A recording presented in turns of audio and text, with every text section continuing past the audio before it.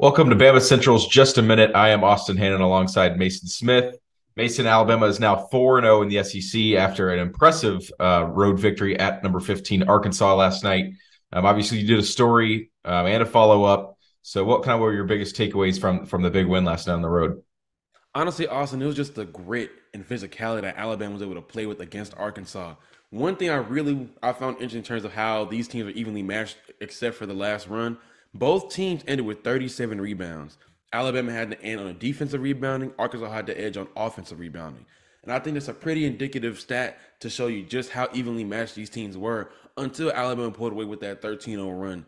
So I do think that with another game like this, in addition to the Houston game, Michigan State, Gonzaga, Memphis, some of those games didn't end up in wins. I think this Arkansas game is proven to Alabama, at least proving it to itself, that hey, we can compete with some of the best teams in the country. We can compete in a physical game. It's not going to always be a shootout. It's not going to always be the best shooting game. Sometimes I just really grind it out from the paint and the free throw line. They did exactly that. Yeah, I mean, it's not often that you can go on the road in front of a crowd like that. And, Brandon Miller didn't score a point in the first half. Alabama was shooting below 40% for the majority of the game. I think they probably finished below 40%.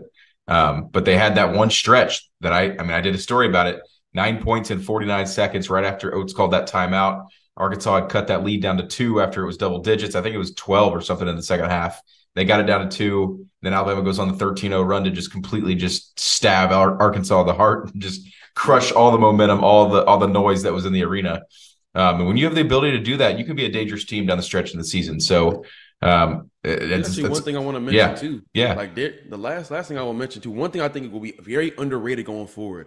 Don Welch scored his first basket for Alabama. he It was did. kind of funny because the first time he went to the free throw line, he missed both his free throws. Like, oh, Mhm. he can't catch a break. No, But he made his next two free throws, and then he made that layup to tie the game, which is also a big momentum swing. We could talk about that, maybe another day.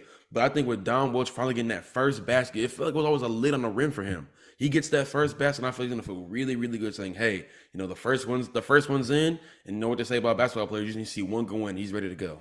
that's right. Yeah, you mentioned it was a physical game in your story. It was. There was a lot of fouls, and Charles Bediako didn't get to play much of the game, and that kind of led to Noah Clowney getting thrown in foul trouble, and he had to play the 5 a good bit, and he stepped up in a huge way, like he has really all season. And Alabama looks to keep it rolling. They'll come back home for Saturday. It'll be the LSU Tigers in town for a 3 p.m. tip off at Coleman Coliseum. So until then, Mason Smith, I'm Austin Hannon. This has been Bama Central's Just a Minute.